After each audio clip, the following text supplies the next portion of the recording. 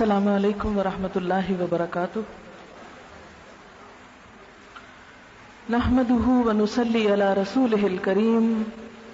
اما بعد فاعوذ باللہ من الشیطان الرجیم. بسم اللہ الرحمن الرحیم. رب اشرح لي صدری ويسر لي امری واحلل عقدۃ من لسانی یفقهوا قولی. ان اللہ اشترى من المؤمنین انفسهم واموالهم بان لهم الجنہ یقاتلون فی سبیل اللہ فیقتلون ویقتلون وعدا علیہ حقا فی التوراة والانجیل والقرآن ومن اوفى بعہدہ من اللہ فاستبشروا ببیعکم الذی بایعتم به وذلک هو الفوز العظیم. التائبون العابدون الحامدون السائحون الراكعون الساجدون الآمرون بالمعروف والناهون عن المنكر والحافظون لحدود الله وبشر المؤمنين.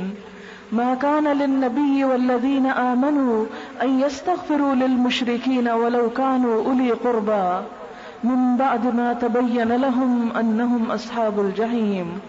وما كان استغفار إبراهيم لأبيه إلا عن موعدة وعدها إياه فلما تبين له أنه عدو لله تبرأ منه إن إبراهيم لأواه حليم.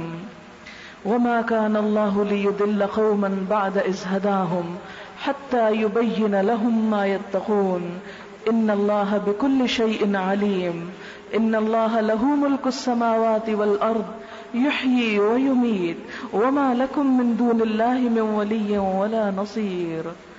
صدق اللہ العظیم. شروع کرتی ہوں اللہ کے نام سے جو بے انتہا مہربان نہایت رحم فرمانے والا ہے. حقیقت یہ ہے کہ اللہ نے مومنوں سے ان کے نفس اور ان کے مال جنت کے بدلے خرید لیے ہیں. وہ اللہ کی راہ میں لڑتے اور مارتے اور مرتے ہیں. ان سے جنت کا وعدہ اللہ کے ذمے ایک پکا وعدہ ہے تورات اور انجیل اور قرآن میں. اور کون ہے جو اللہ سے بڑھ کر اپنے عہد کا پورا کرنے والا ہو؟ بس خوشیاں مناؤ اپنے اس سودے پر جو تم نے خدا سے چکا لیا. یہی سب سے بڑی کامیابی ہے. اللہ کی طرف بار بار پلٹنے والے، اس کی بندگی بجا لانے والے، اس کی تعریف کے گن گانے والے، اس کی خاطر زمین میں گردش کرنے والے، اس کے آگے رکوع اور سجدے کرنے والے، نیکی کا حکم دینے والے، بدی سے روکنے والے اور اللہ کی حدود کی حفاظت کرنے والے. اس شان کے ہوتے ہیں وہ مومن جو اللہ سے خرید و فروخت کا یہ معاملہ طے کرتے ہیں. اور اے نبی صلی اللہ علیہ وسلم ان مومنوں کو خوشخبری دے دو. اس وقت میں نے سورۃ التوبہ کی آیت نمبر 111 اور 112 آپ کے سامنے پڑھی ہے. اس کے ترجمے کے ساتھ ہی آپ کو ان آیات کا مفہوم یا معنی سمجھ میں آ گیا ہوگا کہ ہم جو اللہ کے ماننے والے ہیں ہمارا اصل مقام کیا ہے، ہم سے کس بات کا تقاضا ہے اور ہم کس کام میں مصروف ہیں، ہمیں کرنا کیا ہے اور ہم کر کیا رہے ہیں.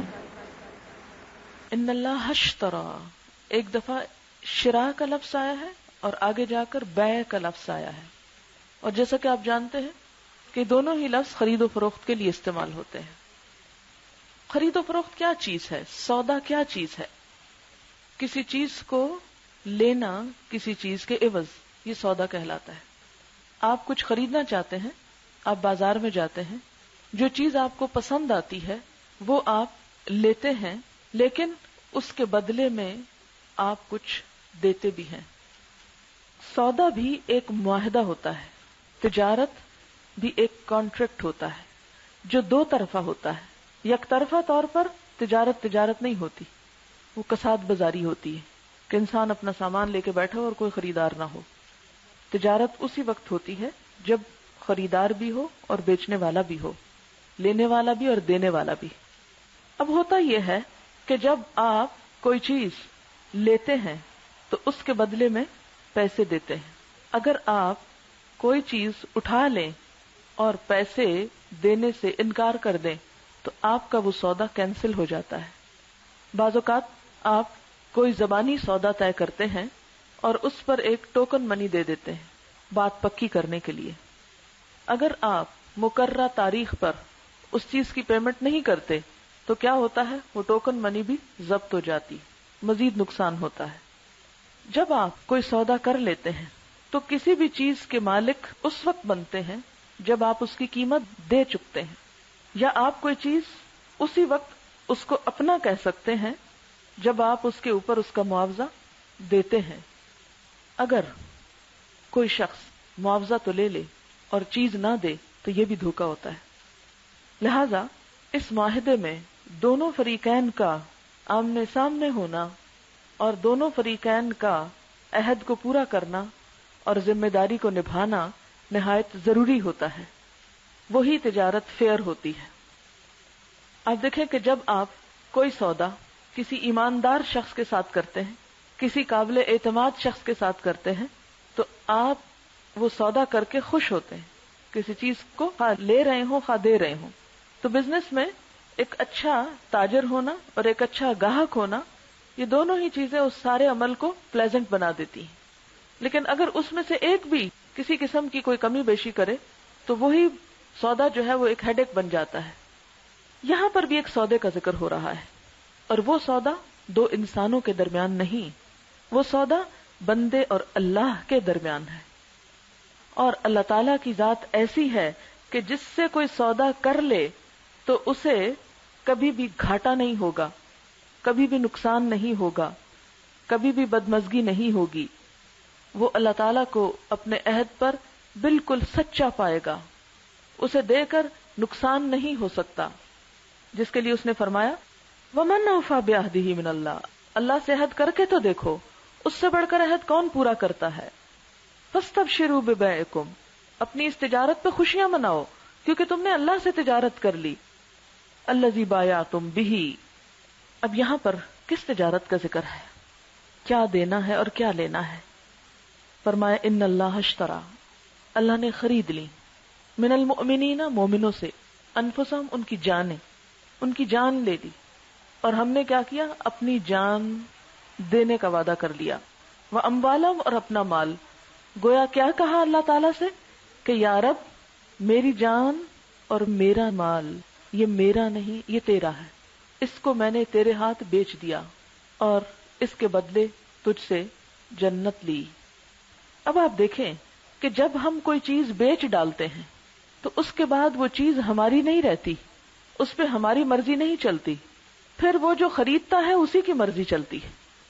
مثلا آپ نے ایک گھر بنایا بہت خوبصورت، بڑی چاہت کے ساتھ، اپنی مرضی کے نقشے کے مطابق، پھر آپ کو اس سے بہتر کسی اور بزنس میں پیسہ لگانے کا چام نظر آیا تو آپ نے سوچا میں اس گھر کو بیچ دیتی ہوں. ایک عرصے سے وہ آپ کے پاس تھا اور آپ کی چاہتوں کا مرکز، اب آپ نے اس کو بیچ دیا اور اس کے عوض پیسہ لے لیا. جب آپ نے پیسہ لے لیا اور یہ گھر اپنے ہاتھ سے دے دیا تو اس کے بعد آپ کا اس گھر سے کوئی تعلق باقی نہ رہا، ہر طرح کا عمل دخل ختم ہو گیا. کل تک جس گھر میں آپ اپنی چابی لگا کے اندر آتے تھے اب وہ چابی آپ سے لے لی گئی، گویا کسی قسم کا آپ کا اس پر کوئی اختیار نہیں. اب جس نے اس کو لے لیا وہ چاہے تو اسے باقی رکھے، وہ چاہے تو اسے مزید چمکائے، وہ چاہے تو اسے تباہ کر کے رکھ دے، اسے ڈسٹرائے کر دے، اس میں کوئی آلٹریشن کر دے، کچھ بھی کر سکتا ہے. آپ کیا اس کو روک سکتے ہیں کہ اب یہ نہیں آپ کر سکتے؟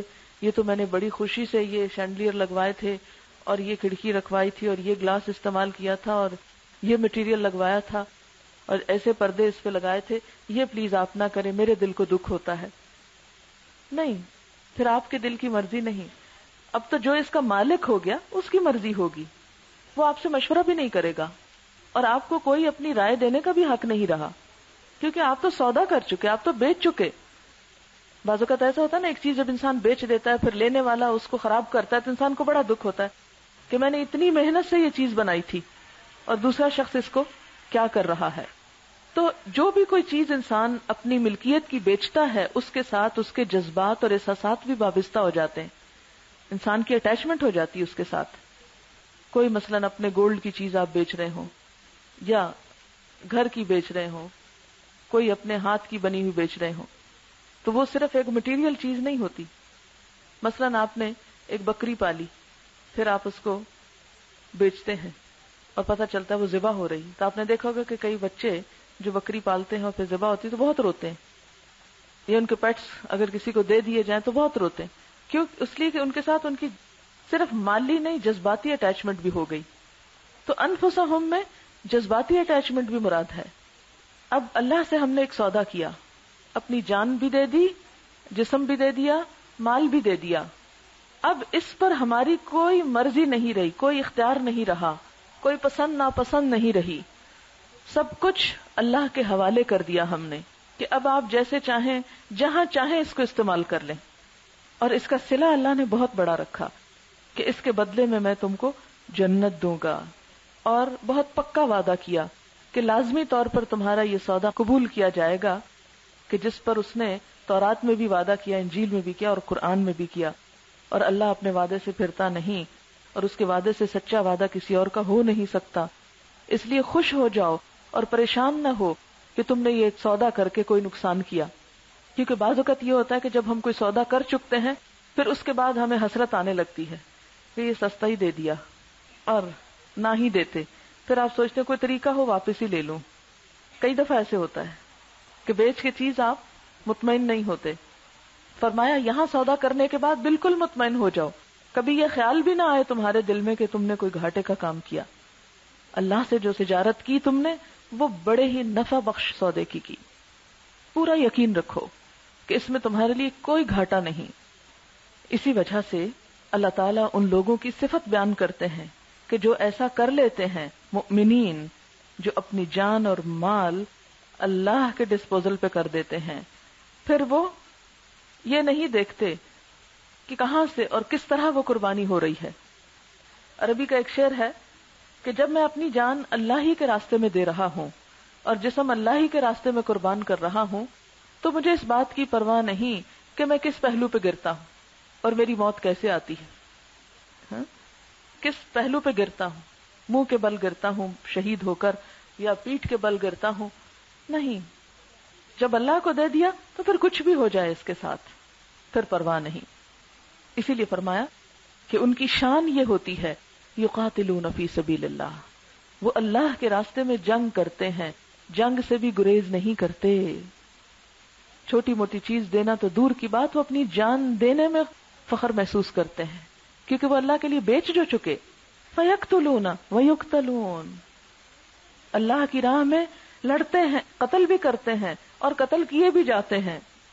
جان دی ہوئی اسی کی تھی, حق تو یہ کہ حق ادا نہ ہوا. اب آپ دیکھیں کہ یہ جو سودا ہم کر رہے ہیں اس کے ساتھ کس چیز کا, کبھی سوچے تو صحیح. جو کچھ ہمارے پاس ہے یہ دیا ہوا کس کا تھا؟ اسی کا تو دیا ہوا تھا. ہمارا اپنا تو کچھ بھی نہیں تھا. ہمارا جسم ہو یا ہمارا مال ہو وہ ہمارا تھوڑی تھا, وہ اصل میں تھا بھی اس کا, دیا بھی اس نے, اور پھر دے کر ہم ہی سے پھر ہمارا دل مانگ رہا ہے کہ بھلا میرے راستے میں کتنا دیتے ہو. بعض اوقات ایسا ہی ہوتا ہے نا کہ آپ اپنے بچے کو کوئی چیز لا کے دیتے ہیں, کوئی سویٹس لا کے دیتے, کوئی کھلونا لا کے دیتے ہیں, پھر آپ اسے کہتے ہیں اچھا مجھے دو, تو وہ کہتا ہے نہیں میں نہیں دیتا. تو بالکل ہمارا حال یہی ہے کہ سب کچھ اللہ سے لے کے جب اللہ مانگتا ہے تو ہم میں سے بہت سے لوگ بخل کر کے بیٹھ جاتے ہیں اور کہتے ہیں ہم تو نہیں دے رہے. تو ماں باپ کیا کہتے ہیں, ہم تو تمہارا دل دیکھ رہے ہیں. تو اللہ ہمارا دل دیکھ رہا ہے کہ ہم اس کے لیے کتنی قربانی کرنے کا جذبہ رکھتے ہیں. فَيَقْتُلُونَ وَيُقْتَلُونَ, یہ ہے اس کی تصدیق کہ واقعی بیچ دی اللہ کو, یہ اپنی ہے ہی نہیں, اس لیے فکر کس بات کی. جب یہ کیفیت انسان کی ہو کہ میرا جسم امانت ہے اللہ کی, یہ اصل میں میرا نہیں ہے, میں دے چکا ہوں اس کو, اور میرا مال بھی, تو آپ دیکھیں گے کہ جہاں جس وقت جب وہ چاہے خرچ کرنے کو ہم خرچ کرنے کو تیار ہو جائیں گے. جب ہم یہ وعدہ کر لیں کہ یہ اس کا ہے تو پھر ہم اسے بچا کے نہیں رکھ سکتے. اگر ہم اس کو بچا کے اپنے لیے رکھ رہے ہیں یا کسی اور کے لیے رکھ رہے ہیں تو اس کا کیا مطلب ہے کہ دراصل ہم نے سودا کیا ہی نہیں. یہ بالکل ایسے ہی کہ جیسے ایک گھر بیچنے کے بعد پھر آپ اگر چند مہینے اس میں رہنے کے لیے اس سے مہلت مانگ لیں، اور جب مالک کہے کہ اب نکلو تو آپ نکلے ہی نہ، کہ نہیں میرا تو چھوڑنے کو دل ہی نہیں چاہتا. ہم نے بھی یہی کیا ہے، ایک طرف سے سودا کیا ہوا ہے اور دوسری طرف جب مالک ہمیں کہتا ہے لاؤ میرے راستے میں دو اس کو، تو ہم کہتے ہیں نہیں یہ تو ہم نہیں کر سکتے. پر یہ کہ جنت آپ نے ہمیں ضرور دینی ہے، اس کی قیمت پوری پوری دے دیں آپ ہمیں، لیکن وہ جو سودے میں ہم نے دینا ہے وہ ہم نہیں دے سکتے. کوئی دنیا کا سودا اس طرح طے پایا کبھی کہ آپ اپنی طرف سے ودڈرا کر لیں یا دھوکہ کریں یا کسی بھی طرح اس میں کمی کر لیں اور دوسری طرف سے معاوضہ آپ پورا لینا چاہیں؟ انسانوں کے ساتھ تو شاید یہ ہو جائے، چل جائے کہ دھوکے کے ساتھ آپ اس کا معاوضہ لے کے پھر آپ مکر جائیں، انکار کر دیں کہ میں نے تو سودا کیا ہی نہیں تھا. لیکن اللہ کے ہاں ایسا نہیں کوئی کر سکتا. جو کرے گا وہ اپنا ہی نقصان کرے گا، اس لیے کہ انسان تو دھوکہ کھا سکتے ہیں، اللہ کی ذات کسی سے دھوکہ نہیں کھا سکتی. تو اس آیت میں بنیادی طور پر جہاد پر ابھارا گیا ہے. جہاد فی سبیل اللہ میں اپنی جان اور مال دونوں لگانے پر اکسایا گیا ہے. جو پیچھے آتا حرض المؤمنین علی القتال، اس کی طرف اشارہ ہے. متفق علیہ روایت کے مطابق حضرت ابو ذر سے روایت ہے، کہتے ہیں میں نے عرض کیا یا رسول اللہ صلی اللہ علیہ وسلم ای العمل افضل، سب سے افضل عمل کون سا ہے؟ قال ایمان باللہ، اللہ پر ایمان لانا، وجہاد فی سبیلہ، اور ایمان لا کر اس کے راستے میں جہاد کرنا. ایک اور روایت میں ہے لغدوۃ فی سبیل اللہ او روحۃ خیر من الدنیا وما فیہا، اللہ کے راستے میں صبح کے وقت نکلنا یا شام کے وقت نکلنا جو کچھ دنیا میں ہے اس سے زیادہ بہتر ہے. خیر من الدنیا وما فیہا، دنیا اور دنیا میں جو کچھ پایا جاتا ہے. ذرا سوچیں کیا کچھ پایا جاتا ہے. جو کچھ پایا جاتا ہے ان سب سے بہتر ہے کہ اگر کوئی شخص سویر کے وقت جہاد کے لیے نکلے یا شام کے وقت نکلے. ہر دولت سے بڑی دولت ہے اس کے پاس، ہر نعمت سے بڑی نعمت. پھر آپ جانتے ہیں کہ جہاد کے بھی مختلف درجات ہیں. سب سے بہترین درجہ جو ہے وہ اس مجاہد فی سبیل اللہ کا ہے جو اپنی جان اور مال دونوں کے ساتھ نکلے اور پھر کچھ بھی واپس نہ آئے. اس کا گھوڑا بھی شہید ہو جائے اور وہ خود بھی شہید ہو جائے، کچھ بھی نہ آیا. ایسا مجاہد اگر اللہ کے لیے لڑ کر شہید ہوا تو جنت کے سب سے اونچے درجے میں ہوگا. جیسے کہ جانتے ہیں آپ کہ جنت کے 100 درجے ہیں، سب سے اونچے والے مقام پر. لیکن بسا اوقات انسان کے پاس جان تو ہوتی ہے لگانے کو، مال نہیں ہوتا، لہذا وہ صرف ایک چیز دے رہا ہوتا ہے. بعض اوقات یہ ہوتا ہے کہ مال ہوتا ہے، جان دینے کا ارادہ نہیں ہوتا، جان بڑی پیاری ہے اس کو، وہ نہیں دے پاتا.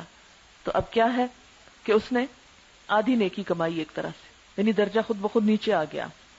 اور پھر اسی طرح جیسا کہ آپ جانتے ہیں کہ جہاد کی بہت سی قسمیں ہیں، جد و جہد کرنے کی، اللہ کے دین کو پھیلانے کی، اور جس کا نقطہ آغاز دین کی تبلیغ اور تعلیم سے ہوتا ہے، وہ بھی اگر اس کام کے لیے بھی انسان صبح کا ایک وقت نکلے اور شام کا ایک وقت نکلے تو اس کو وہ کچھ میسر آتا ہے جو تمام دنیا اور جو کچھ اس کے اندر ہے اس سے زیادہ بہتر ہے. وہ بہت بڑے نفع کا سودا کر رہا ہے. لیکن ہم کس کے لیے نکلتے ہیں؟ شاپنگ کے لیے خوشی سے نکلتے ہیں، میل ملاقات وزٹس کے لیے خوشی سے نکلتے ہیں، اور کھانے پینے کے کام ہم کو بہت دلچسپ لگتے ہیں. لیکن ہم میں سے کتنے لوگ ایسے ہیں جو اپنی نیند، آرام، سکون قربان کر کے ایک وقت سویر کا اور ایک وقت شام کا نکلے. ہم تو ٹھنڈا ٹھنڈا دین چاہتے ہیں، سویرے نکلے تو اب شام کو وقت نہیں، شام نکلے تو کافی ہے، سویر کا وقت نہیں ہے ہمارے پاس. تو یہ ہاف ہارٹڈ سودا کرنے والے ہیں جنہوں نے پورا پورا سودا کر لیا. پھر کسی بھی وقت اس کی پکار آ جائے، وہ ہر وقت آن کال ہے، ہر وقت آن ڈیوٹی ہے. جیسے آپ نے دیکھا ہوگا کہ جو ڈاکٹر آن ڈیوٹی ہوتا ہے تو کسی بھی وقت اس کو کال کیا جا سکتا ہے. رات کو وہ سو بھی رہا ہوتا ہے تو وہ ڈیوٹی پر ہوتا ہے، وہ اپنے گھر میں بھی ہے، وہ کہیں پر بھی ہے، اسے بلایا جا سکتا ہے، کسی بھی ایمرجنسی کے موقع پر اسے طلب کیا جا سکتا ہے. تو نبی صلی اللہ علیہ وسلم نے اس قرآن کے ساتھ صحابہ کرام کی جو تربیت کی تھی اور جو ان کو تعلیم دی تھی اور اسلام کے لیے قربانیاں کرنے کے جو جذبے ان کے اندر بیدار کیے تھے، اس میں یہی بنیادی اسپرٹ تھی. تم جب اپنی جان دے چکے، سودا کر چکے، جنت لے چکے، تو پھر اب کیا ہے؟ اب اس کو بچا بچا کے نہ رکھو، اب جب طلب کیے جاؤ تو فوراً نکل آؤ. اور یہی وجہ کہ ہم دیکھتے ہیں کہ صحابہ کرام بسا اوقات، جیسے کہ وہ ایک صحابی کی عین اس رات شادی ہوئی تھی اور جہاد کی پکار آئی اور فوراً نکل آئے. ہم میں سے کتنے لوگ ایسے ہیں جو شادی کے دن کہیں کہ ہاں آج بھی میں کوئی کام کرنے کو تیار ہوں. کہتے آج تو شادی ایک دن تھوڑی ہوتی ہے، تو کئی دن چلتی، سب کام چھوڑ چھاڑ کے ہم بیٹھ جاتے ہیں، کئی دن پہلے ہی آف کر لیتے ہیں، اور بعد میں بھی ہمارے دنیا کے شغل کہیں ختم ہونے کو نہیں آتے، اور ہر چھوٹی بڑی بات پہ ہم آف کر بیٹھتے ہیں۔ تو یہی ہمارا دراصل امتحان ہے۔ فرمایا کہ جو اللہ سے سودا کر لیتے ہیں پھر ان کا حال یہ نہیں ہوتا، وہ اللہ کی خاطر کسی بھی لمحے کبھی بھی اپنی جان دینے کو ہر لمحہ تیار رہتے ہیں۔ آپ دیکھیں کہ جان آخری چیز ہے نا جو انسان دے سکتا ہے، تو جو شخص اس سے چھوٹی چیزیں نہیں دے سکتا، یاد رکھے وہ جان بھی نہیں دے سکتا۔ مال اگر انسان اپنا نکالتا ہے تو مال پھر آ جائے گا، لیکن جان چلی جاتی ہے تو جان نہیں آتی۔ جو شخص مال نہیں دے سکتا، جو اپنا وقت نہیں دے سکتا، اپنی صلاحیتیں نہیں دے سکتا، قربانی نہیں کر سکتا، وہ جان دینا تو پھر جھوٹی بات ہے، وہ صرف جھوٹا دعویٰ کرتا ہے، وہ نہیں دے سکتا۔ مثلا آپ دیکھیں کہ اس وقت بھی جیسے آپ لوگ یہ سال اللہ کی راہ میں وقف کیے ہوئے ہیں، اب لوگ طرح طرح سے آپ کو کہتے ہوں گے دیکھو تمہارا ٹائم ویسٹ ہو رہا ہے، تم سب سے پیچھے ہو رہے ہو، وہ فلانا دنیا میں اتنا آگے جا چکا ہے، اسے یہ مل گیا ہے۔ اس طرح کی کئی باتیں آپ سنتے ہوں گے، ہوتی ہیں کہ نہیں؟ تو آپ بھی اپنے آپ کو سوچتے ہوں گے کتنے مظلوم ہیں ہم، دنیا میں پیچھے رہ رہے ہیں۔ یہ سوچتے ہیں جب ہر طرف سے لوگ یہی کہتے ہیں کہ تمہارا فیوچر جو ہے وہ برباد ہو رہا ہے، تم کس کام میں پڑ گئے ہو، پیچھے رہ جاؤ گے، تو ہمیں سمجھ آنے لگتی ہاں واقعی ہم پیچھے رہ جائیں گے۔ فرمایا نہیں، ان لوگوں کو پرواہ کیوں نہیں تھی؟ اس لیے کہ ان کا یقین تھا کہ اللہ تعالیٰ اپنے وعدے میں جھوٹا نہیں ہو سکتا۔ ہمیں یقین کوئی نہیں، ہم کہتے ہیں اور پھر مرضی اپنی کرنے لگتے ہیں۔ فرمایا نہیں، الذی بایعتم بہ وذالک ھو الفوز العظیم، اور یہی دراصل بہت بڑی کامیابی ہے، بہت بڑی کامیابی، لیکن اس کے لیے ہم میں سے کتنے تیار ہیں۔ آپ دیکھیں کہ ہم اپنی ذہین ترین اولاد کو دنیا کے راستے میں لگاتے اور کھپاتے ہیں۔ اگر ان سے کہا جائے کہ دیکھو 1 سال کے لیے اپنی بیٹی کو ہمارے پاس بھیج دو دین کے لیے، کہ وہ تمہارے مرنے کے بعد تمہارے لیے صدقہ جاریہ بنے، خود بھی سنورے اور اوروں کو بھی سنوارے، تو اس پہ سوچتے نہیں وہ تو ابھی اس کی تو شادی کرنی ہے، اور ابھی اس کا یہ اور یہ کام رہتا ہے، ابھی تو میں نے اس کو فلان ٹریننگ دینی ہے۔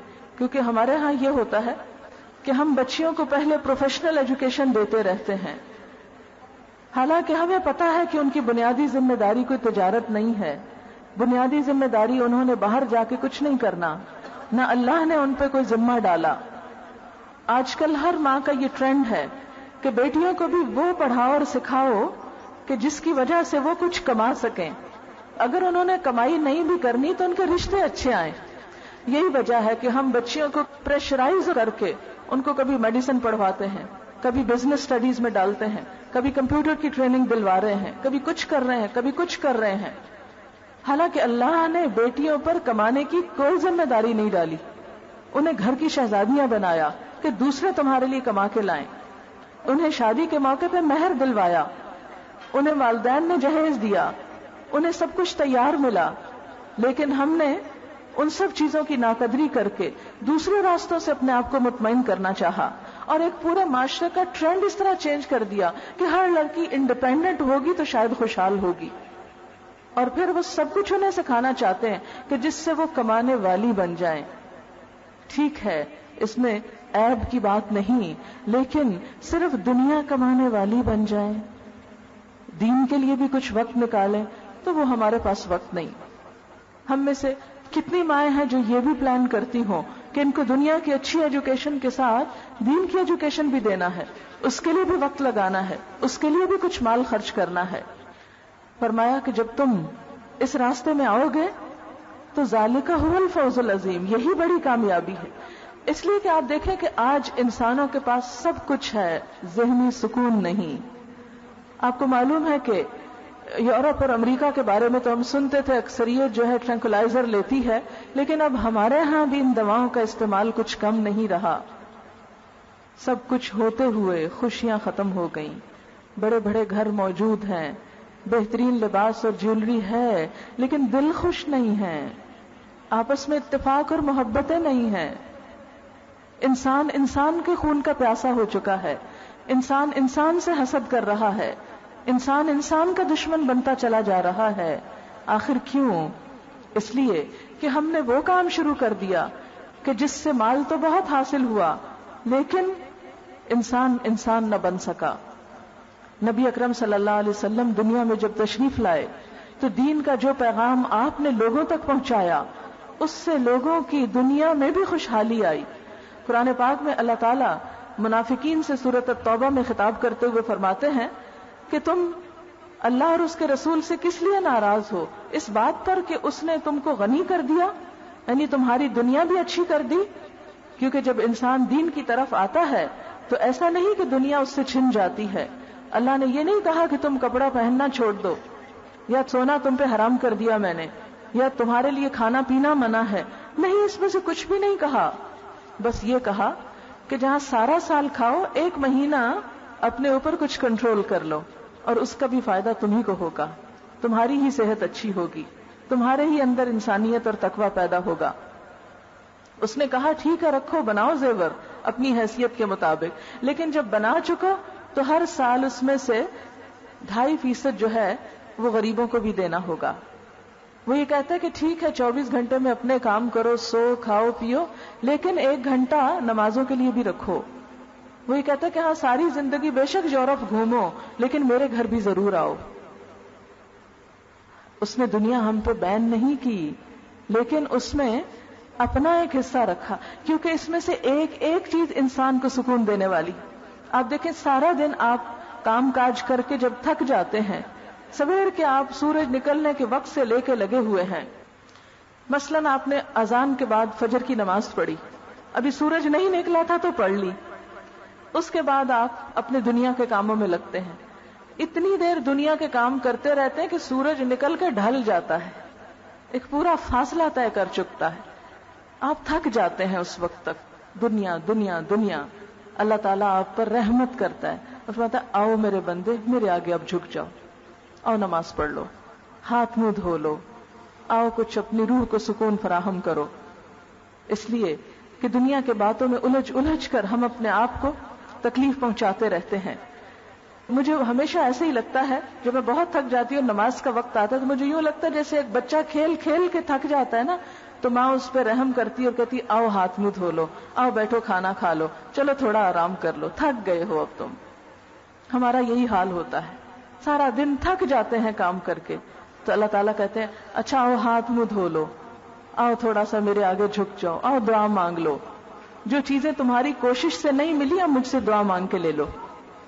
لیکن ہم سمجھتے ہیں کہ صرف ہر چیز ہماری کوشش سے ملے گی، لہٰذا نماز نہیں پڑھتے اور کاموں میں لگے رہتے ہیں. اللہ کی محبت بھری پکار کو سنی انسنی کر دیتے ہیں. اور کیا ہوتا ہے اس جرم میں، ہم اپنے اوپر جب ظلم ڈھاتے ہیں اللہ کی طرف نہ جا کر، تو ہمارے دل کی پریشانی بڑھتی، بے سکونی بڑھتی ہے. وہ جو ہمیں اللہ سے مانگ کر لینا تھا وہ حصہ خالی رہ گیا. لہذا جب حال یہ ہو جائے تو پھر ہماری ساری کوششیں ہمارے ہی خلاف پلٹتی ہیں. پھر آپ دیکھیں کہ جب دن ڈھل جاتا ہے، ظہر کی نماز ہو جاتی ہے، پھر آپ کو آرام کرنے کا موقع ملتا ہے، پھر آپ دوبارہ دنیا کے کاموں میں مصروف ہونا چاہتے ہیں، پھر ہلکا سا ذکر آپ کو 4 رکعت پڑھوا دی جاتی ہیں، پھر آپ دنیا کے کام کرتے رہتے ہیں حتیٰ کہ سورج غروب ہو جاتا ہے، پھر ہلکی سی نماز آپ کو دی جاتی، پھر اس کے بعد آپ اور بھی ابھی آپ کو موقع ملا، پھر سونے کا وقت آ جاتا ہے. پھر اللہ تعالیٰ آپ کو کہتے ہیں کہ اچھا مجھے یاد کرو، دن بھر میں جو کچھ ہوا، کوئی گناہ ہوا، کچھ ہوا، معافی مانگ لو، توبہ کر لو، اسے مٹا دو. کوئی پتا ہے کہ سوتے میں دوبارہ اٹھنا نصیب نہ ہو، تو ہر چیز کام کاج کر کے اپنے جسم کو دھو کے وضو کر کے اپنے گناہ بخشوا کے نماز پڑھ کے اور اطمینان سے سو جاؤ کہ اگر دنیا سے چلے بھی جاؤ تو فکر نہ ہو تم کو، پاک حالت میں لوٹو. لیکن وہ نماز بھی ہم پہ بڑی بھاری ہے. ہم دعوے تو بہت کرتے ہیں کہ اللہ سے محبت ہے، لیکن جیسے اقبال کہتے ہیں نا کہ ہم سے کب پیار ہے تمہیں، نیند تمہیں پیاری ہے. محبت کے دعوے اللہ سے کرتے ہیں اور پیار ہمیں نیند سے ہے کہ جب ہم دنیا کے کاموں سے تھک جاتے ہیں تو نماز پڑھے بغیر سونا چاہتے ہیں، اور صبح پھر اٹھنے کو دل نہیں چاہتا اور نماز پڑھے بغیر سوتے چلے جاتے ہیں، اپنی من مانیاں کرتے ہیں، اور پھر کہتے ہیں جنت تو ہمارے لیے، سودا کیا نہیں اور جنت ایسے ہی مل جائے گی. فرمایا ذالک هو الفوز العظیم، یہی تمہارے لیے کامیابی کی چیز ہے. اب آ جائیں زکوٰۃ کے اوپر ہلکا سا، کہ آپ مال کمائیں، سارا دن کمائیں، سارا سال کمائیں، جتنا چاہیں کمائیں، لیکن اگر سال بھر وہ تمہارے پاس رہ جائے تو کیا کرو؟ اپنے ان بھائیوں کو بھی اس میں سے کچھ نکال کے دو، اپنے رشتہ داروں کو، عزیزوں کو، کہ جو تمہاری طرح کے انسان ہیں، اللہ نے ان سے لے کے آزما لیا اور تمہیں دے کے آزما لیا کہ تم ان کو کچھ دیتے ہو یا نہیں دیتے۔ ان کی آزمائش ہو رہی ہے کہ ان کے پاس ہے کچھ نہیں، آپ کی آزمائش ہو رہی ہے کہ اللہ نے ان کا حق بھی آپ کو دے دیا اور آپ کے ہاتھوں دلوانا چاہا، آپ سے دلوا کے اجر چاہتا ہے کہ آپ ہی کو دے۔ اور پھر کبھی کبھار ایسا بھی ہو جایا کرتا ہے کہ دینے والے لینے والوں کی صف میں آ جاتے ہیں۔ اس وقت سے ڈرو، اس وقت کا خوف کرو کہ جب تمہارے ہاتھ سے یہ نکل کے کہیں اور چلا جائے اور تم دینے کی بجائے لینے والے بن جاؤ، پھر تم کیا چاہو گے کہ تمہارے ساتھ کیا کیا جائے؟ تمہاری ضروریات کو کوئی دیکھنے والا نہ ہو؟ نہیں، ہم چاہیں گے کہ ہمارے ساتھ نرمی اور بھلائی اور خیر خواہی کا معاملہ ہو۔ لہذا اللہ تعالی ہم سے دلواتے ہیں تاکہ دینے والے کبھی محتاج نہ ہوں، کیونکہ اللہ کا وعدہ ہے جو دیتے ہیں وہ کبھی بھی فقیر نہیں ہوتے۔ آپ صلی اللہ علیہ وسلم نے قسم کھا کے یہ بات فرمائی کہ صدقہ دینے سے مال کبھی کم نہیں ہوتا۔ ایک اور جگہ پر قرآن پاک میں آتا ہے وَمَا أَنفَقْتُم مِّن نَفَقَةٍ، کہ جو کچھ بھی تم خرچ کرنے کی کوئی چیز تم خرچ کرتے ہو فَهُوَ يُخْلِفُهُ، وہ اس کے پیچھے اور لے آتا ہے، یعنی تم نکالتے جاتے ہو پیچھے سے اور ڈالتا جاتا ہے، نہیں ختم ہوتا، اس کے خزانے بہت وسیع ہیں، تم دینے سے تھک جاؤ گے، وہ دینے سے نہیں تھکتا، تمہارا دے کر خالی ہو جاتا ہے، اس کا دے کے خالی نہیں ہوتا۔ لہٰذا جب انسان زکوٰۃ نکالتا ہے اس کا مال پاک ہوتا ہے، اس کے دل سے حسد اور بخل کے جذبات نکلتے ہیں، دوسرے انسانوں کا بھلا ہوتا ہے، معاشرے میں سکون پیدا ہوتا ہے۔ آپ دیکھیں کبھی دل پریشان ہو، صدقہ کریں، آپ کی پریشانی لازماً دور ہو جائے گی۔ آزما کر دیں، کسی بھوکے کو کھانا کھلا کے دیکھیں، کسی یتیم کے سر پہ ہاتھ شفقت کا پھیر کے دیکھیں، کسی کی ضرورت پوری کر کے دیکھیں، پھر آپ دیکھیں دل کو چین آتا ہے یا نہیں آتا۔ ہم ڈپریشن کا شکار ہیں، کیوں؟ کبھی سوچا ہم نے؟ اس لیے کہ ہمیں دوسروں کے دکھوں کا احساس ہی نہیں۔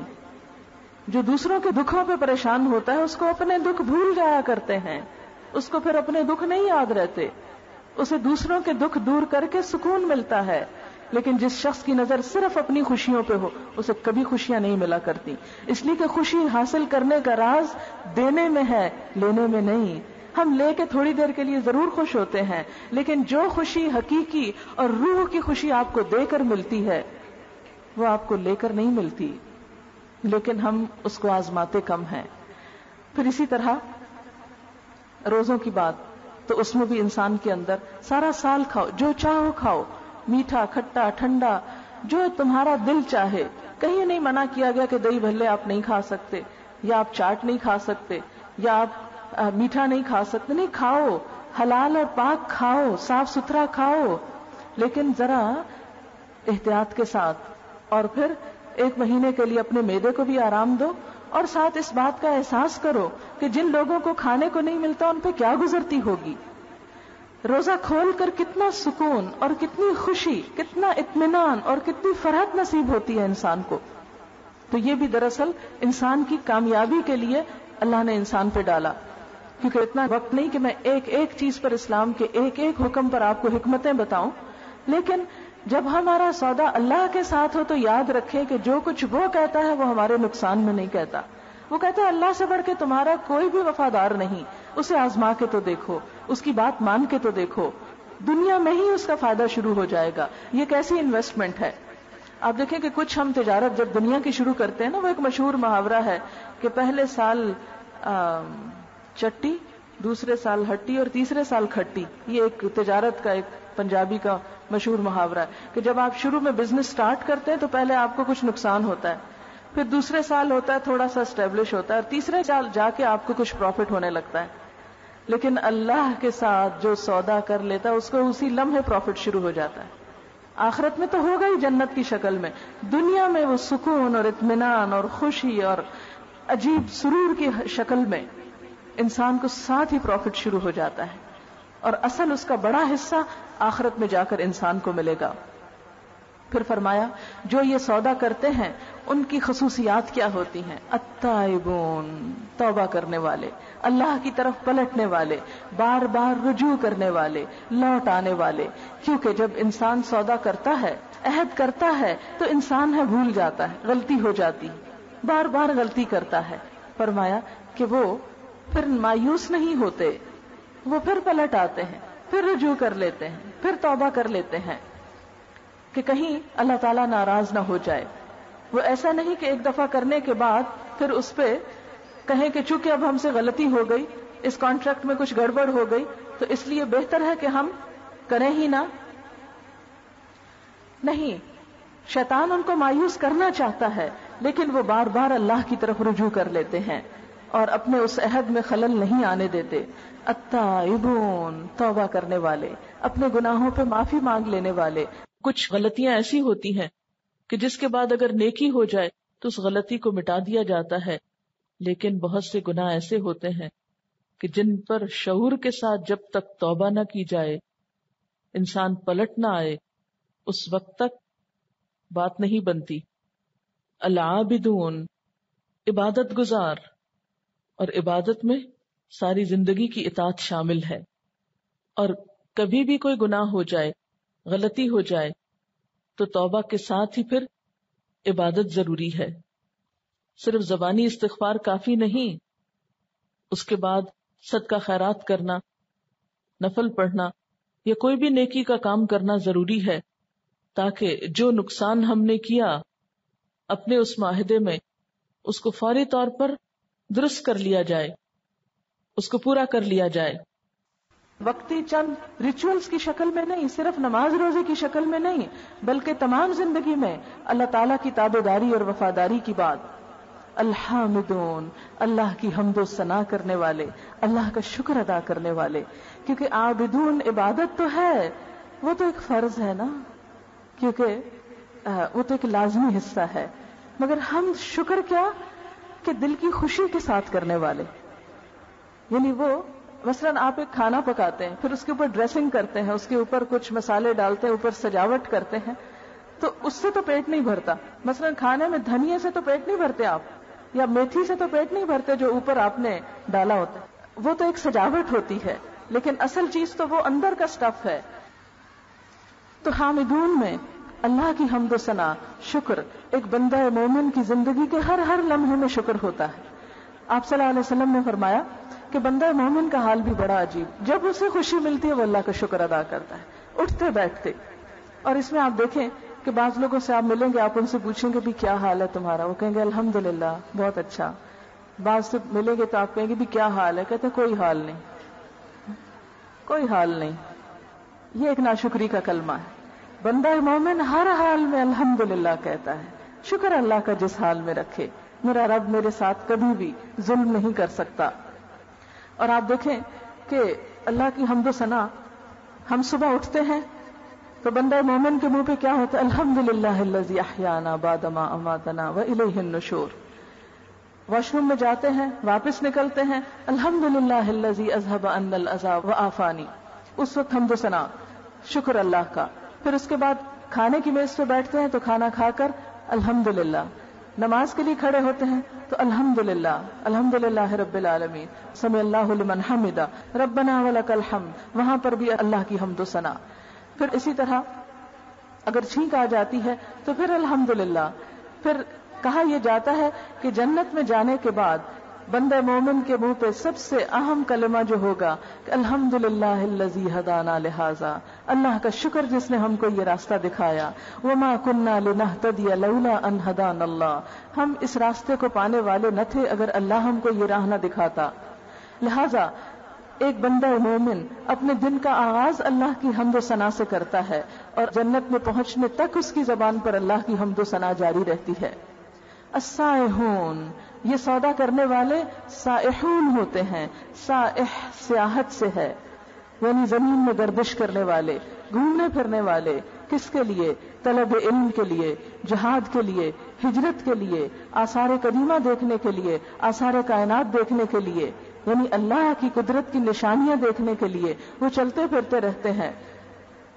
اور سفر کرنا اگرچہ ایک مشکل کام ہے، لیکن انسان سفر میں بہت کچھ سیکھتا ہے، اللہ تعالیٰ کی قربت پاتا ہے.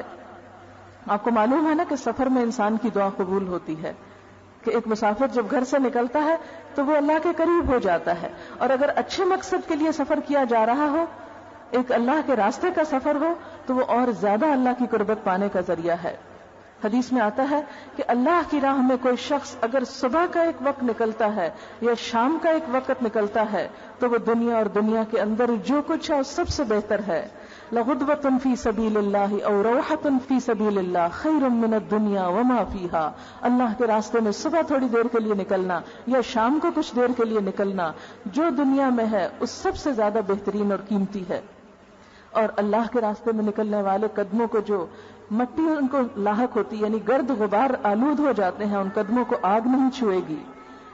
آپ کا یہ اللہ کے دین کے لیے سیکھنے کے لیے نکل کے آنا یہ بھی اللہ کے راستے میں نکلنا ہے، یہ بھی ایک سیاحت ہے۔ یہاں ہم سب جو اکٹھے ہوئے تو اللہ کی خاطر ہوئے، میں نے جو سفر کیا تو اللہ کے لیے کیا، آپ اپنے گھروں کے کام کاج اور مصروفیات چھوڑ کر یہاں حاضر ہوئے تو اللہ کے لیے ہوئے۔ اللہ کو ایسا اپنے راستے میں نکلنا بہت ہی پسند ہے اور اس پر اللہ تعالیٰ اپنے بندوں کا قدردان ہوتا ہے۔ حدیث میں یہاں تک آتا ہے کہ جب کوئی بندہ اللہ کے راستے میں نکلتا ہے، ایک شخص طلب علم کے لیے نکلتا ہے تو فرشتے اس کے پاؤں تلے اپنے پر بچھاتے ہیں۔ جب وہ سب اکٹھے مل کے بیٹھ جاتے ہیں تو فرشتے ان کے اوپر گھیرا ڈال لیتے ہیں اور آسمان تک پھیلتے چلے جاتے ہیں۔ یہ اللہ کے راستے میں نکلنے کی برکتیں ہیں۔ آپ گھر میں بیٹھ کے چاہے کیسٹ سے سنیں یا قرآن سے پڑھیں یا اکیلے میں جو کچھ بھی کریں، لیکن ایک مجلس کے اندر بیٹھنے کا لطف ہی کچھ اور ہے۔ ایک مجلس کے اوپر جو رحمتیں برستی ہیں، جو دعائیں ایک دوسرے کے لیے ہوتی ہیں، جو میل ملاقات ایک دوسرے سے ہوتی ہے، جو ایمان ایک دوسرے کو دیکھ کر بڑھتا ہے، جو انسان نیکی کے کام میں مل جل کر آگے قدم اٹھاتا ہے، اس کی رحمتیں ہی کچھ اور ہیں۔ آپ تنہا وہ کچھ کر ہی نہیں سکتے جو آپ مل کر ایک دوسرے کے ساتھ اکٹھے ہو کر کرتے ہیں۔ پھر فرمایا الراکعون، رکوع کرنے والے، اللہ کے آگے جھکنے والے۔ رکوع جھکنا، بینڈ کرنا عاجزی کی علامت ہے۔ اللہ کے بندوں کے ساتھ عجز و نیاز کا رویہ اختیار کرنے والے، دوسروں انسانوں کے بھی شکر گزار اور انسانوں کے آگے بھی جھک کے رہنے والے۔ حدیث میں آتا ہے آپ صلی اللہ علیہ وسلم نے فرمایا کیا میں تمہیں نہ بتاؤں اس شخص کے بارے میں کہ جو قیامت کے دن سب سے زیادہ میرے قریب ہوگا؟ وہ کہ جو انسانوں کے آگے عاجزی اختیار کرنے والے ہیں، دوسروں سے محبت کرنے والے ہیں اور محبت کیے جانے والے ہیں، یعنی جو دوسروں کے ساتھ اچھا برتاؤ کرتے ہیں اور دوسرے ان سے محبت کرتے ہیں اور لوگوں کے ساتھ عاجزی کا معاملہ کرتے ہیں، نرمی کا معاملہ کرتے ہیں، وہ رسول اللہ صلی اللہ علیہ وسلم کی مجلس کے سب سے زیادہ قریب ہوں گے۔ الساجدون، سجدہ کرنے والے۔ سجدہ نماز کی علامت ہے اور یہاں سمبل ہے اللہ کے آگے جھکنے والے۔ راکعون، بندوں کے ساتھ عاجزی کرنے والے اور اللہ کے آگے بھی جھکنے والے، اور ساجدون اللہ کی اطاعت کا سمبل ہے کہ اللہ تعالیٰ کے سامنے نماز کی حالت میں بھی سجدہ کرنا، اور نماز کا سجدہ دراصل علامت ہے اس بات کی کہ یا اللہ ہم ہر جگہ تیرے آگے جھک جائیں گے، جہاں تیرا حکم آئے گا پھر ہماری عقل اور ہمارے دل، ہماری خواہشات اور جذبات سب تیرے نام پر وقف ہو جائیں گے۔ اور سجدوں کی ویسے بھی بہت قدر و قیمت ہے، سجدہ شکر ہو، سجدہ تلاوت ہو، سجدہ نماز ہو، یہ سب اللہ کے آگے جھکنے کی باتیں ہیں۔ ایک حدیث ہے بڑی خوبصورت، ایک شخص تھے جن کا نام تھا ابو فراس، وہ حضور صلی اللہ علیہ وسلم کے طالب علموں میں سے تھے، اصحاب صفہ میں سے تھے۔ ان کا کام یہ تھا کہ وہ نبی صلی اللہ علیہ وسلم کو وضو کا پانی لا کر دیتے تھے، وضو کرواتے تھے۔ تو ایک دفعہ وہ آپ کو وضو کروا رہے تھے تو آپ صلی اللہ علیہ وسلم نے ان سے فرمایا کہ ابو فراس کچھ مانگو، دیے جاؤ گے۔ تو وہ کہنے لگے یا رسول اللہ صلی اللہ علیہ وسلم جنت میں آپ کے ساتھ رہنا چاہتا ہوں۔ کتنے عقل مند تھے، ہم جیسا کوئی ہوتا تو کہتے اچھا یہ جو آپ نے چادر اوڑی ہوئی ہے چلے آج یہی دے دیں، نہیں، دنیا کی طرف نظر نہیں ہے، کہتے ہیں جنت میں آپ کے ساتھ رہنا چاہتا ہوں۔ محبت تھی نا اس لیے۔ ہم نے تو پتہ نہیں کبھی یہ دعا مانگی ہے یا نہیں کہ جنت میں حضور کے ساتھ رہنا چاہتے، کوئی پرائرٹی نہیں ہے، دنیا کی اتنی فکریں ہیں کہ ان سے ہی دعائیں مانگنے کو فرصت نہیں۔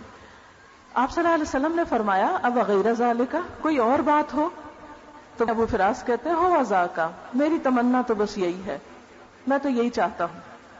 تو آپ نے فرمایا اگر یہی چاہتے ہو تو پھر میری مدد کرنا سجدوں کی کثرت کے ساتھ، یعنی خوب نمازیں پڑھنا تاکہ میں تمہیں اپنے ساتھ رکھ سکوں۔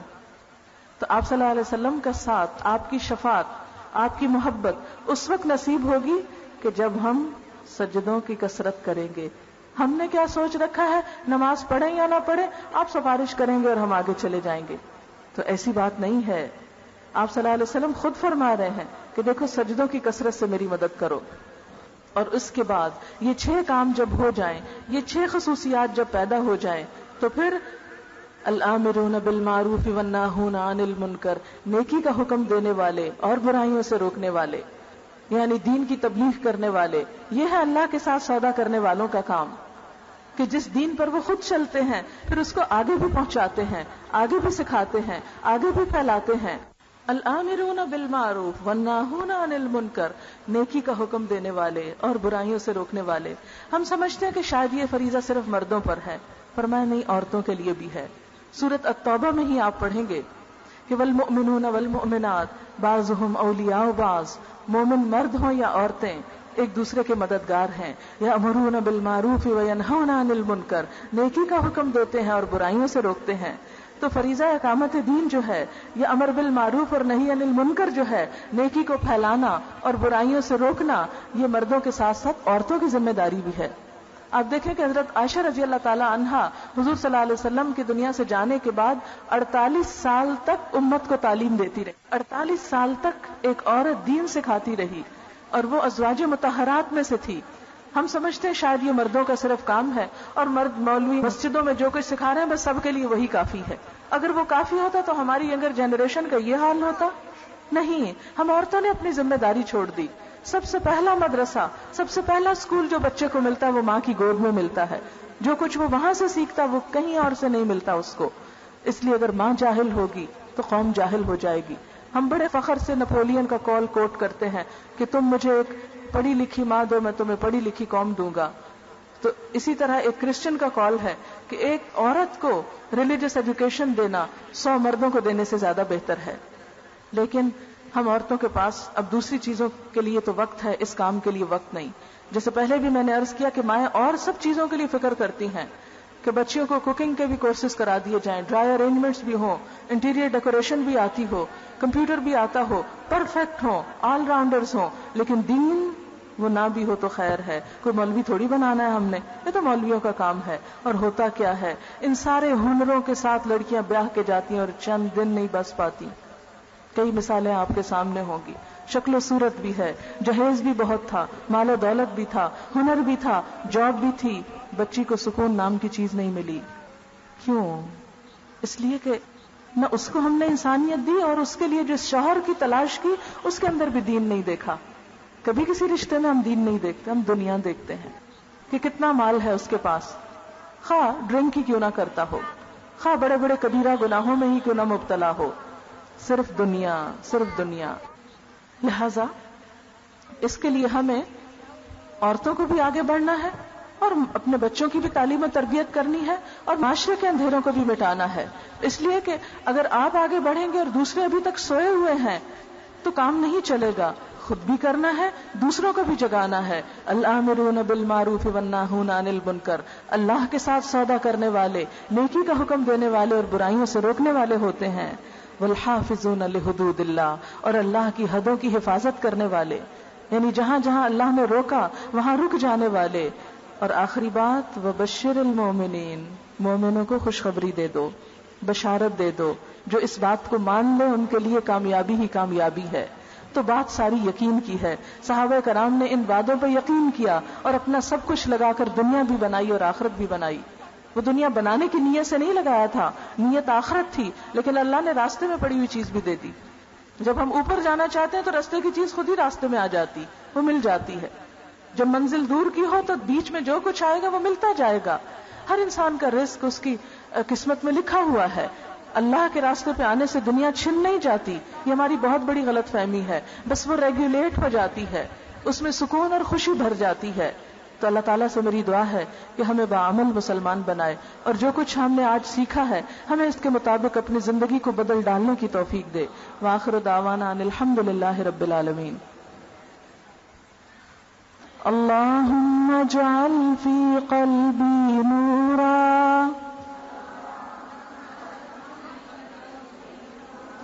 یہ آپ کو اس لیے کہلوا رہے ہیں کہ آپ ایک چیز سیکھ کر جائیں اور گھر جا کر اپنے بچوں وغیرہ کو بھی سکھائیں. میں آپ کو اس کا ترجمہ بتا دوں پہلے تاکہ آپ لوگ اچھی طرح پڑھ سکیں.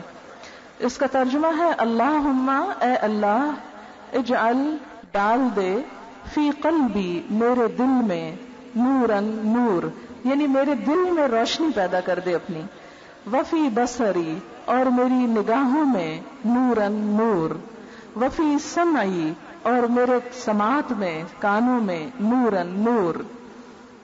وعن یمینی، میری دائیں جانب نوراً نور ہی نور. وعن یساری، اور میری بائیں طرف نوراً نور. وفوقی، میرے اوپر بھی نوراً نور. وتحتی، اور میرے نیچے بھی نوراً نور. وامامی، اور میرے سامنے بھی نوراً نور روشنی. وخلفی نوراً، اور میرے پیچھے بھی روشنی. وجعل لی نورا، اور میرے لیے نور ہی نور بنا دے. وفی لسانی نوراً، میری زبان میں بھی روشنی پیدا کر دے. وعصبی نوراً، میرے اعصاب میں بھی.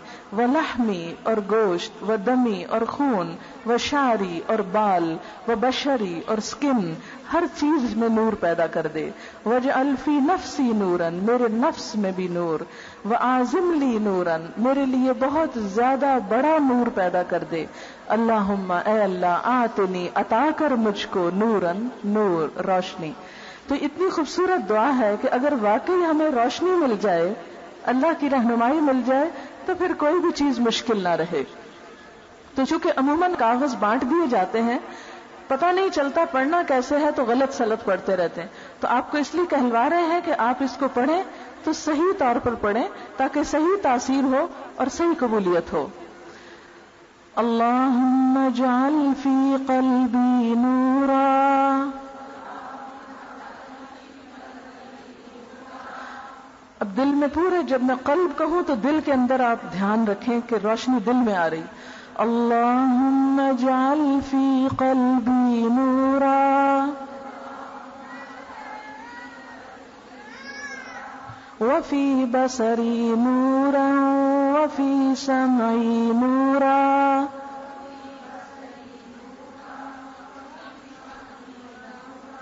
وفی بصری نورا. وفی سمعی نورا.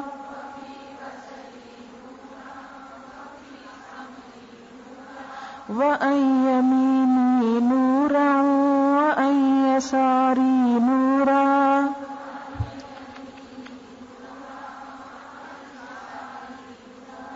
وفوقی نورا.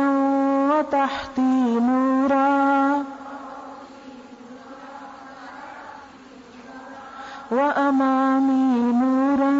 وخلفی نورا.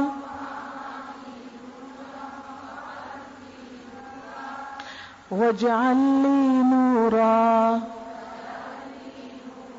وفی لسانی نورا. وعصبی نورا.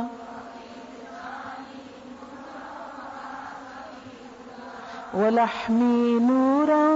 ودمی نورا.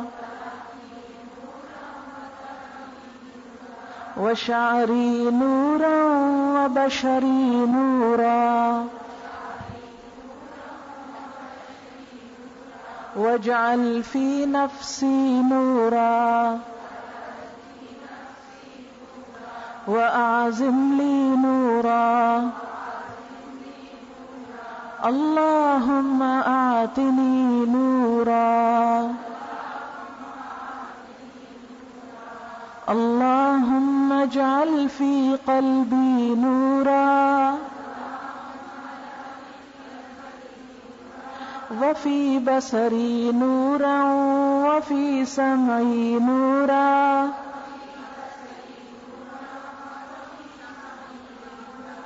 وعن يميني نورا. وعن يساري نورا.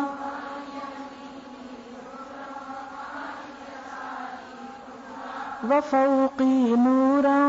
وتحتي نورا. وأمامي نورا. وخلفي نورا. واجعل لي نورا. وفي لساني نورا. وعصبي نورا. ولحمي نورا. ودمي نورا. وشعري نورا وبشري نورا واجعل في نفسي نورا وأعظم لي نورا اللهم آتني نورا اللهم اجعل في قلبي نورا وفي بصري نورا وفي سمعي نورا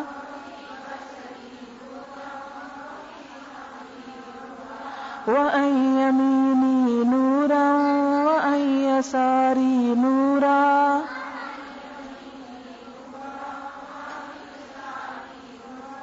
وفوقي نورا وتحتي نورا وأمامي نورا وخلفي نورا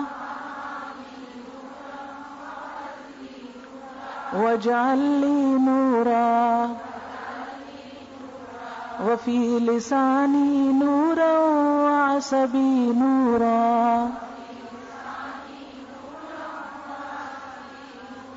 ولحمي نورا ودمي نورا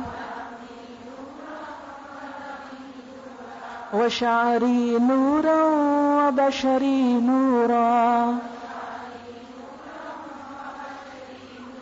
واجعل في نفسي نورا وأعظم لي نورا اللهم آتني نورا. سبحان الله والحمد لله ولا إله إلا الله والله أكبر ولا حول ولا قوة إلا بالله العلي العظيم. اللهم صل على محمد وعلى آل محمد كما صليت على إبراهيم وعلى آل إبراهيم إنك حميد مجيد. اللهم بارك على محمد وعلى آل محمد كما باركت على إبراهيم وعلى آل إبراهيم إنك حميد مجيد. رب اشرح لي صدري ويسر لي أمري واحلل عقدة من لساني يفقهوا قولي. ربنا آتنا في الدنيا حسنة وفي الآخرة حسنة وقنا عذاب النار. ربنا اصرف عنا عذاب جهنم إن عذابها كان غراما إنها ساءت مستقرا ومقاما. ربنا هب لنا من أزواجنا وذرياتنا قرة أعين واجعلنا للمتقين إماما. ربنا ظلمنا أنفسنا وإن لم تغفر لنا وترحمنا لنكونن من الخاسرين. ربنا أفرغ علينا صبرا وثبت أقدامنا وانصرنا على القوم الكافرين. ربنا آتنا من لدنك رحمة وهيئ لنا من أمرنا رشدا. ربنا لا تجعلنا فتنة للقوم الظالمين ونجنا برحمتك من القوم الكافرين. ربنا عليك توكلنا وإليك أنبنا وإليك المصير. يا حي يا قيوم برحمتك نستغيث. ربنا لا تزغ قلوبنا بعد إذ هديتنا وهب لنا من لدنك رحمة إنك أنت الوهاب. ربنا اغفر لنا ولإخواننا الذين سبقونا بالإيمان ولا تجعل في قلوبنا غلا للذين آمنوا ربنا إنك رؤوف رحيم. ربنا فاغفر لنا ذنوبنا وكفر عنا سيئاتنا وتوفنا مع الأبرار.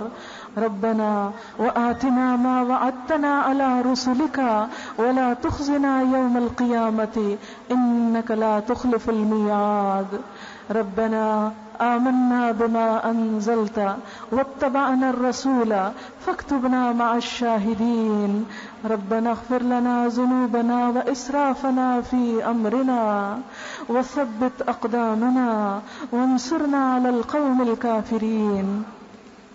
ربنا لا تؤاخذنا إن نسينا أو أخطأنا ربنا ولا تحمل علينا إصرا كما حملته على الذين من قبلنا ربنا ولا تحملنا ما لا طاقة لنا به واعف عنا واغفر لنا وارحمنا أنت مولانا فانصرنا على القوم الكافرين رب زدني علما رب زدني علما رب زدني علما رب ارحمهما كما ربياني صغيرا رب إني لما أنزلت إلي من خير فقير رب لا تذرني فردا وأنت خير الوارثين رب هب لي حكما وألحقني بالصالحين رب أدخلني مدخل صدق وأخرجني مخرج صدق واجعل لي من لدنك سلطانا نصيرا رب أعوذ بك من همزات الشياطين وأعوذ بك رب أن يحضرون رب أوزعني أن أشكر نعمتك التي أنعمت علي وعلى والدي وأن أعمل صالحا ترضاه وأدخلني برحمتك في عبادك الصالحين فاطر السماوات والأرض أنت ولي في الدنيا والآخرة توفني مسلما وألحقني بالصالحين ربنا أتمم لنا نورنا ربنا أتمم لنا نورنا واغفر لنا إنك على كل شيء قدير ربنا تقبل منا إنك أنت السميع العليم وتب علينا إنك أنت التواب الرحيم یا رب العالمین تو ہمیں دنیا اور آخرت کی بھلائیاں عطا کر اور ہمیں آگ کے عذاب سے بچا.